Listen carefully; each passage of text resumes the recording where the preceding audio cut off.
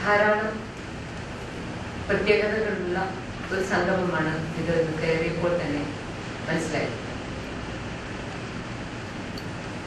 Doctor സുവർണ നാലപ്പാട് ആദ്യം മുന്നേ തന്നെ ഇത്തരം ഒരു സംരംഭത്തെ പറ്റി പറഞ്ഞിരുന്നെങ്കിലും ഓരോ സംരംഭത്തിനും ഓരോ തയ്യാറെടുപ്പുകൾക്കും അതിൻ്റെതായ വ്യക്തിത്വം ഉണ്ടെങ്കിൽ അതിൽ സമൂഹത്തിൽ ചെലുത്താൻ സാധിക്കുന്ന സ്വാധീനവും മാറ്റങ്ങൾക്കുള്ള കഴിവുകളും വ്യത്യസ്തമായിരിക്കും. അപ്രകാരമുള്ള ഒരു സംരംഭത്തിൽ, അതായത് ഇവിടെ ഒരു തുല്യതയാണ് ഞാൻ ആദ്യം തന്നെ ശ്രദ്ധിച്ചത്. ഒരു സ്റ്റേജും ഒരു സദസ്സും ആയി വേർതിരിയാതെ എല്ലാവരെയും ഒരുപോലെ തന്നെ, എല്ലാവർക്കും ഒരേ പ്രാധാന്യത്തോടു കൂടി തന്നെ ഒന്നിച്ച് പ്രവർത്തിക്കുന്നതിനുള്ള ഒരു വേദി ഒരുക്കുകയാണ് ഇതുകൊണ്ട് ഡോക്ടർ സുവർണ നാലപ്പാട് ഉദ്ദേശിച്ചത് എന്ന് ഞാൻ മനസ്സിലാക്കുന്നു. ഇപ്രകാരം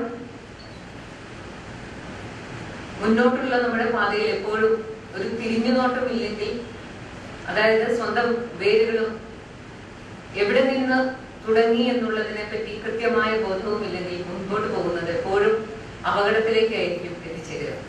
അത്തരം ഒരവസ്ഥ ഉണ്ടാകാതിരിക്കുന്നതിന് വേണ്ടിയും വരുന്ന തലമുറയ്ക്ക് പ്രയോജനപ്രദമായ അനേകം കാര്യങ്ങൾ ചെയ്യുന്നതിനും ഉള്ള തയ്യാറെടുപ്പുകളാണ് ഇവിടെ ഡോക്ടറിന്റെ നേതൃത്വത്തിലുള്ള ഈ സംഘം നടത്തുന്നത്.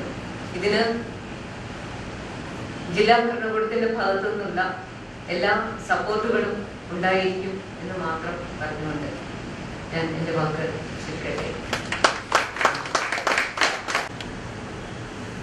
I call upon Dr. Bhuvaneshwari to introduce to us Dr. Jalija Varma.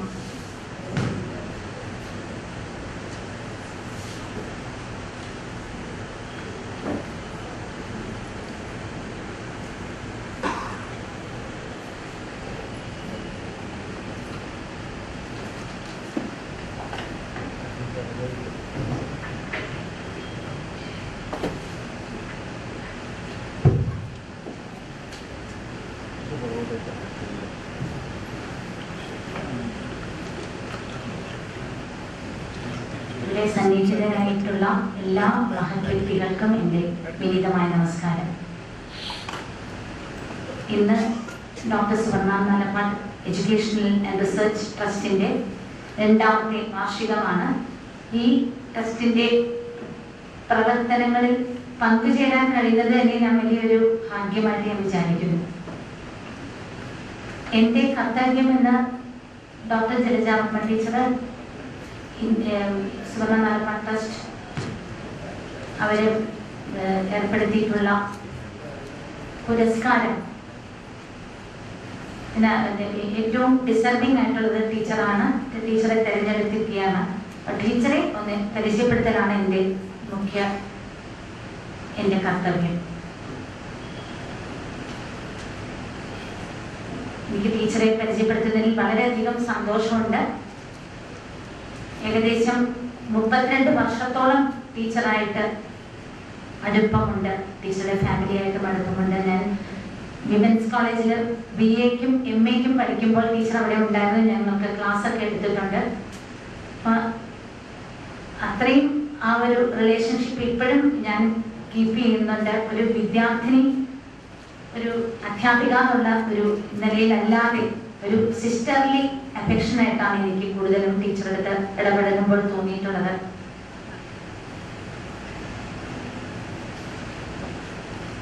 ഇന്ന് കോളേജ് എഡ്യൂക്കേഷൻ ഡിപ്പാർട്ട്മെന്റിൽ ഏറ്റവും സീനിയർ ആയിട്ടുള്ള ഒരു അധ്യാപികയാണ്. അതിൽ കാലിക്കറ്റ് യൂണിവേഴ്സിറ്റിയുടെ ഹെൽത്ത് ഡിപ്പാർട്ട്മെന്റും റിസർച്ച് ഗൈഡും അവിടുത്തെ ഏറ്റവും സീനിയർ ആയിട്ടുള്ള ഡിപ്പാർട്ട്മെന്റ് ഹെഡുമാണ് ടീച്ചർ. ഒരു അക്കാഡമിഷ്യൻ എന്ന നിലയിൽ ടീച്ചറുടെ സംഭാവന വളരെ വിലപ്പെട്ടതും പ്രശംസനീയവുമാണ്. ധാരാളം കുട്ടികൾക്ക് ടീച്ചർ ഗൈഡ്ഷിപ്പ് കൊടുത്ത് ഇപ്പൊ PhD അവാർഡായിട്ടുണ്ട്. വളരെയധികം ഡെഡിക്കേറ്റഡ് ആയിട്ടുള്ള ഒരു ടീച്ചറാണ്. എന്ത് കാര്യത്തിനും ആ ഒരു ചിട്ടയും ഞാൻ പലപ്പോഴും ശ്രദ്ധിച്ചിട്ടുണ്ട്. ടീച്ചറുടെ ആ ഒരു അർപ്പണ മനോഭാവവും ഇവിടുന്ന് ഇന്നും തൃശ്ശൂരിൽ നിന്ന് എറണാകുളത്ത് നിന്ന് തൃശ്ശൂരിലേക്ക് പോയി വരികയാണ് ടീച്ചർ. പക്ഷേ ടീച്ചറുടെ ഇതൊക്കെ ചോദിക്കുമ്പോൾ എനിക്ക് അതിശയം തോന്നാറുണ്ട്. ഇന്നും ടീച്ചർ 4 മണിക്ക് എണീറ്റ് 7 മണിക്ക് ട്രെയിനിൽ പോകും. ആ ഒരു ഇതൊക്കെ പലപ്പോഴും ടീച്ചർക്ക് ഒരു എന്നും തിരക്കും അതൊക്കെ ഉണ്ടെങ്കിൽ പോലും കുട്ടികളുടെ കാര്യത്തിലുള്ള ഒരു കൺസേൺ ഞാൻ എപ്പോഴും ശ്രദ്ധിക്കാറുണ്ട്. അതുപോലെ കാലിക്കറ്റ് യൂണിവേഴ്സിറ്റി, കാലിക്കറ്റ് യൂണിവേഴ്സിറ്റി തുടങ്ങിയ കേരള യൂണിവേഴ്സിറ്റി തുടങ്ങിയ യൂണിവേഴ്സിറ്റീസിലെല്ലാം ഡീനായിട്ടും പ്രവർത്തിച്ചിട്ടുണ്ട്. ഇപ്പോൾ കാലിക്കറ്റ് യൂണിവേഴ്സിറ്റിയിലെ മ്യൂസിക്കിന്റെ ഡീനാണ്. എല്ലാ കാര്യങ്ങളിലും ടീച്ചറുടേതായ ഒരു വ്യക്തിമുദ്ര ടീച്ചർ പതിപ്പിക്കാറുണ്ട്. ഇപ്പോ ടീച്ചറുടെ പ്രവർത്തനം എന്ന് പറയുകയാണെങ്കിൽ ഡോക്ടർ സ്വർണ്ണ നാലപ്പാട് ട്രസ്റ്റിന്റെ ആ ഒരു ഇനീഷ്യേറ്റീവ് കൊണ്ട് ടീച്ചർ കാലിക്കറ്റ് യൂണിവേഴ്സിറ്റിയിലെ സംഗീതത്തിന്റെ കോഴ്സിനോടൊപ്പം തന്നെ മ്യൂസിക് തെറാപ്പിയുടെ ഒരു കോഴ്സ്, സർട്ടിഫിക്കറ്റ് കോഴ്സ് നടത്തുകയുണ്ടായി. അത് വളരെയധികം കുട്ടികൾ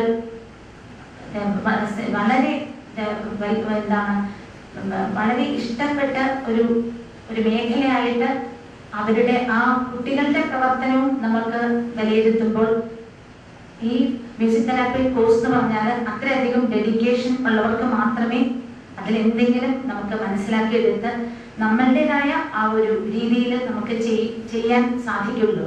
പക്ഷെ ഈ കിട്ടിയ കുട്ടികൾ 5 പേരും വളരെയധികം എനിക്ക് അടുത്ത് അറിയുന്നത് കൊണ്ടാണ് അവരായിട്ട് ഞാൻ ഇന്ററാക്ട് ചെയ്യാറുണ്ടായിരുന്നു.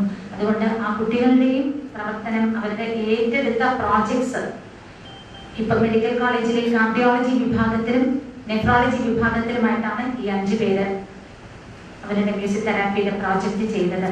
അത് അവര് എക്സ്പ്ലെയിൻ ചെയ്യും പിന്നീട്. അതിനും ടീച്ചറുടെ ആ ഒരു ഇനിഷ്യേറ്റീവാണ് ആ കോഴ്സൊക്കെ കാലിക്കറ്റ് യൂണിവേഴ്സിറ്റിയിൽ വരാനായിട്ട് മുഖ്യ കാരണം. അപ്പോൾ ടീച്ചർക്ക്, ഞാനും ടീച്ചറും കൂടി ഈ 72 മേളകർത്താ രാഗങ്ങള് ഡോക്ടർ സ്വർണ്ണ നാലപ്പാട്ട് എഴുതിയിട്ടുള്ളത് തുടങ്ങിയതാണ്. ഞങ്ങൾ മ്യൂസിക് ഇടാനായിട്ടൊക്കെ തുടങ്ങിയപ്പോഴാണ് കുറച്ച് കീർത്തനങ്ങൾ ഞാനും ടീച്ചർ കൂടി തന്നെയാണ് അത് തുടങ്ങിയത് കമ്പോസ് ചെയ്യാനായിട്ട്. പക്ഷെ ഈ ടീച്ചറുടെ തിരക്ക് കാരണം ടീച്ചറിന് അത് കൂടുതലായിട്ട് അതിലേക്ക് വരാൻ സാധിച്ചില്ല എന്നുള്ളത് കൊണ്ടാണ് ഞാൻ ഒറ്റയ്ക്ക് തന്നെ ആ പ്രോജക്റ്റ് ചെയ്യാൻ തുടങ്ങിയത്. എന്നിരുന്നാലും ടീച്ചർ മുൻകൈ എടുത്ത് കാലിക്കറ്റ് യൂണിവേഴ്സിറ്റിയിൽ ഈ കോഴ്സ് തുടങ്ങിയത് വളരെയധികം സ്വാഗതാർഹമാണ്. ഇനിയും ഈ വർഷവും അതിലുള്ള അടുത്ത ബാച്ചിന്റെ തയ്യാറെടുപ്പ് തുടങ്ങിക്കഴിഞ്ഞു. വരും വർഷങ്ങളിലും ഈ ട്രസ്റ്റിന്റെ പ്രവർത്തനങ്ങൾ കേരളത്തിൽ മാത്രമല്ല നാഷണൽ ആൻഡ് ഇന്റർനാഷണൽ ലെവലിൽ ഇത് വളർന്ന്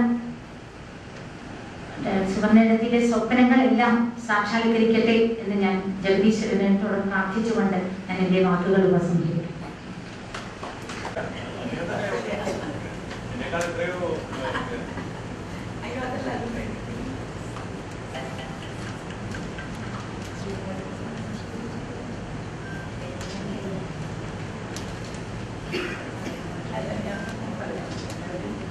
ചെറിയൊരു ഇത് മെഡിക്കൽ കോളേജിലത്തെ ഒരു പ്രോജക്റ്റിനുള്ള അവാർഡായതുകൊണ്ട് ഞാനത് മെഡിക്കൽ ഡയറക്ടർ ഈ അവാർഡ് കൊടുത്തു. മറ്റേ സാഹിത്യത്തിനുള്ള അവാർഡ് അടുത്തത് വരുന്നത് ശ്രീകുമാരി രാമേന്ദ്രനുള്ളത് പ്രൊഫസർ സാനി മാഷിന് കൊടുക്കണം. അങ്ങനെയാണ് ഞാൻ വിചാരിച്ചത്. കാരണം സാഹിത്യവും മെഡിസിനും കൂടെ ആയിക്കോട്ടെ അങ്ങനെ ആയിക്കോട്ടെ. ശരി, ക്രോസ് കൾച്ചർ ആയിക്കോട്ടെ.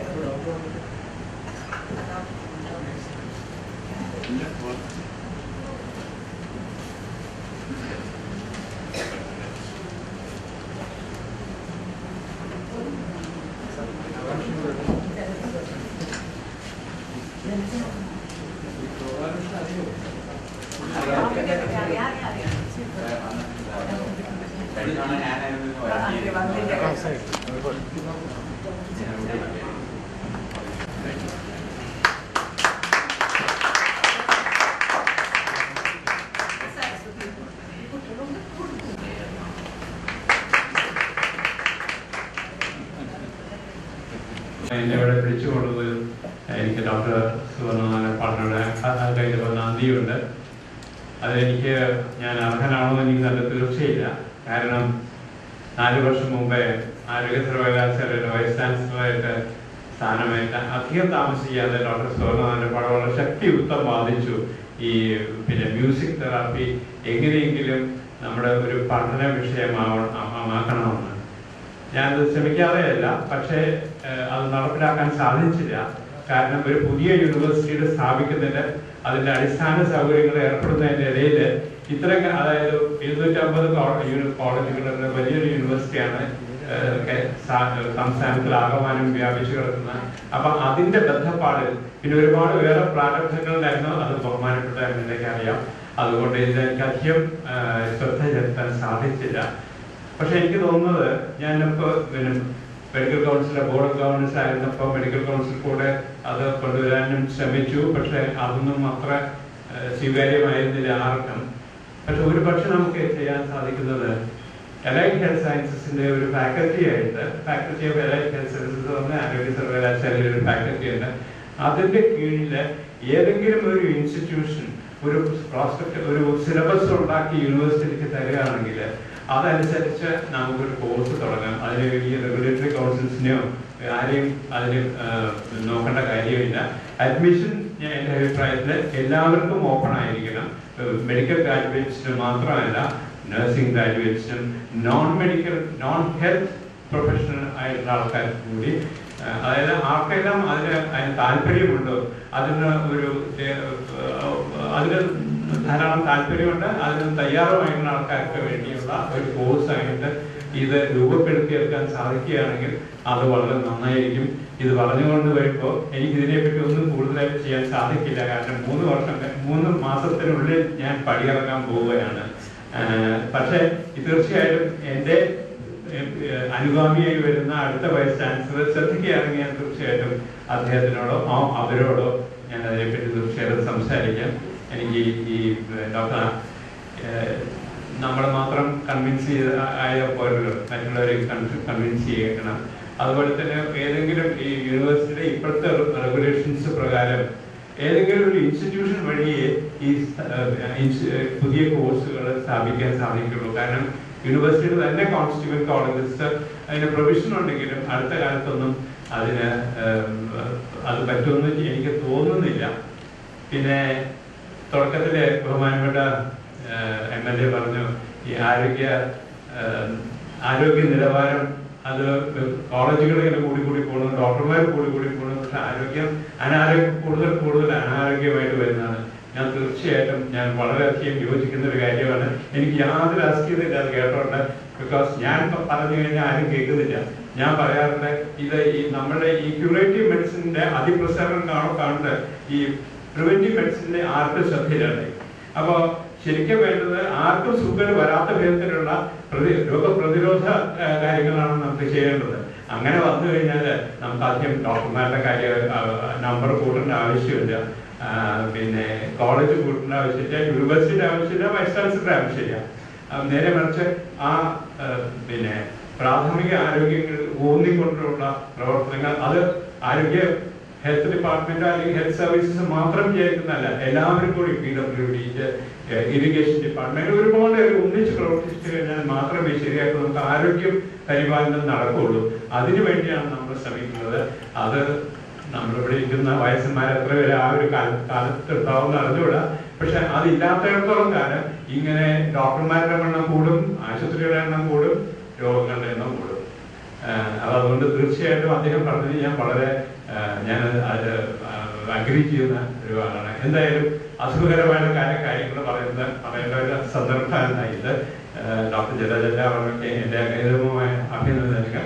നിങ്ങൾക്ക് എല്ലാവർക്കും നന്ദി.